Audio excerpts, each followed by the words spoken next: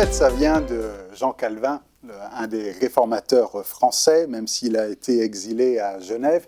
Et Jean Calvin est connu pour sa théologie de la gloire.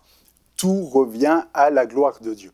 Donc en fait, tout doit être fait pour la gloire de Dieu et c'est la gloire de Dieu qui est avant tout. Mais qu'en est-il de la maladie ?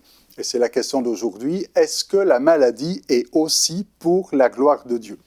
Alors en fait, on pourrait répondre oui et non.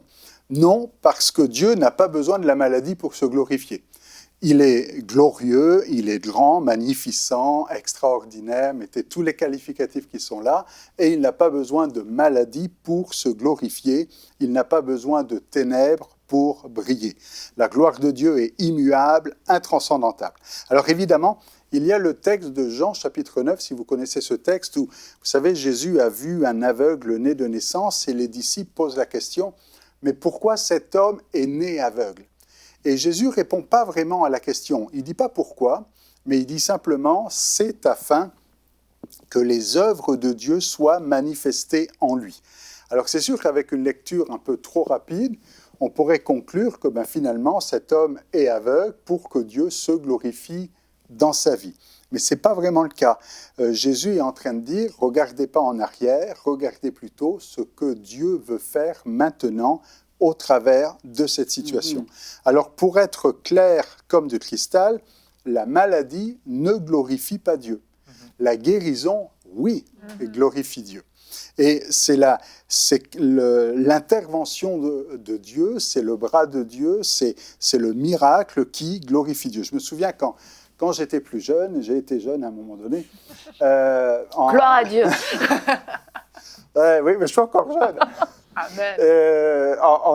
Je travaillais en informatique et c'était le début, c'est à l'époque où on programmait en code, en hexadécimal, et c'était le début des virus, et les premiers virus.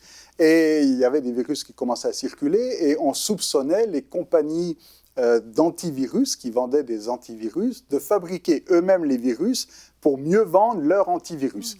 C'est un petit peu comme si, puis je sais qu'on est dans un monde un peu paranoïaque, un peu comme si une société de médicaments commençait à provoquer des maladies pour mieux vendre les... C'est vrai qu'il y a des médicaments, des fois, qui rendent malades. Mais bon, il y a des médicaments qui provoquent des maladies pour mieux vendre leurs médicaments qui vont soigner cette maladie.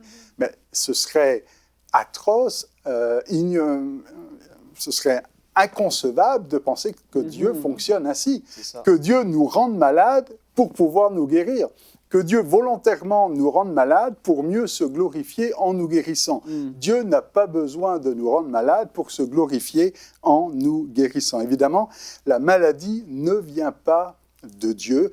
Alors, c'est vrai que Dieu n'est pas comme cela, et oser imaginer que Dieu provoque la maladie, non, ça ne marche pas. Dieu guérit le malade parce il a compassion, et on retrouve ce mot très souvent dans l'Évangile. Jésus avait compassion, et pour cela, il guérit les malades. Alors, ceci étant dit, la maladie ne glorifie pas Dieu, elle ne vient pas de Dieu, mais oui, Dieu peut se glorifier en changeant le mal en bien.